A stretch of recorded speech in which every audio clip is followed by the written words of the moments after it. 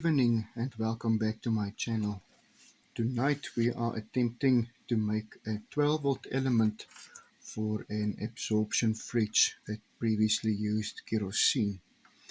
What I have here is a piece of mica, and here is the actual baffle that goes into the flame chamber of the absorption fridge.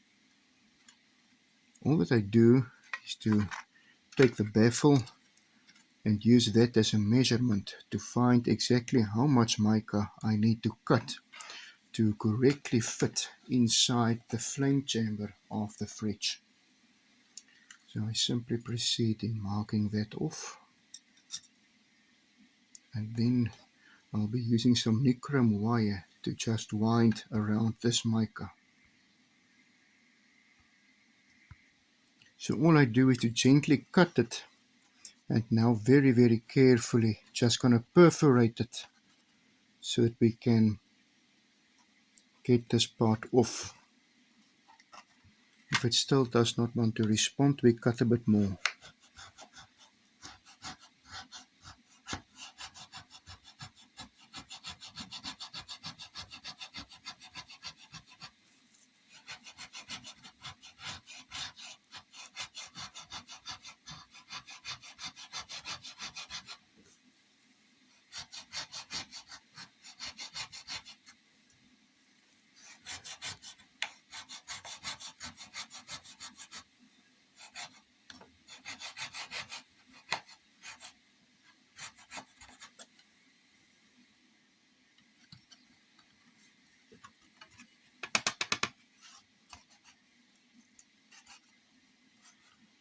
Simply proceed in perforating it carefully until it just comes off. That's it.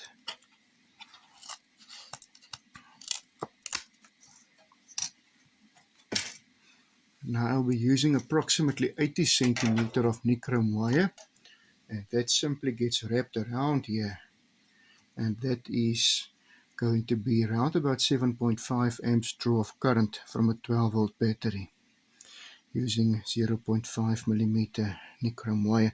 So you'll see I'm just cutting some slits into my mica, and that is just so that nothing is actually going to create a short circuit in the process.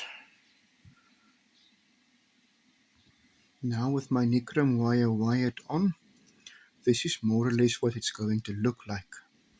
At the bottom part I've simply made two little slits just to easier be able to keep my wire tidy and not going to make these ones loose again.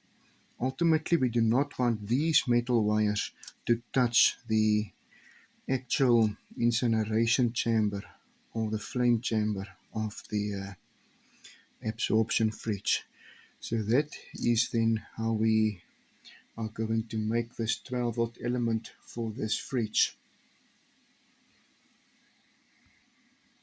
Now from the old element I was actually able to salvage the old 220 volt connection port.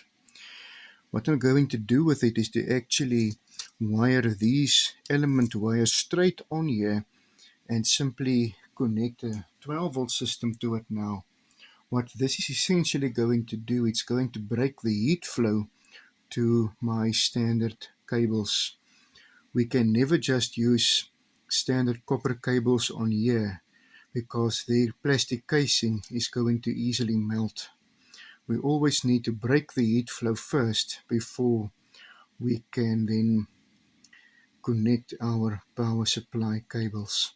So thank you so much for watching with me.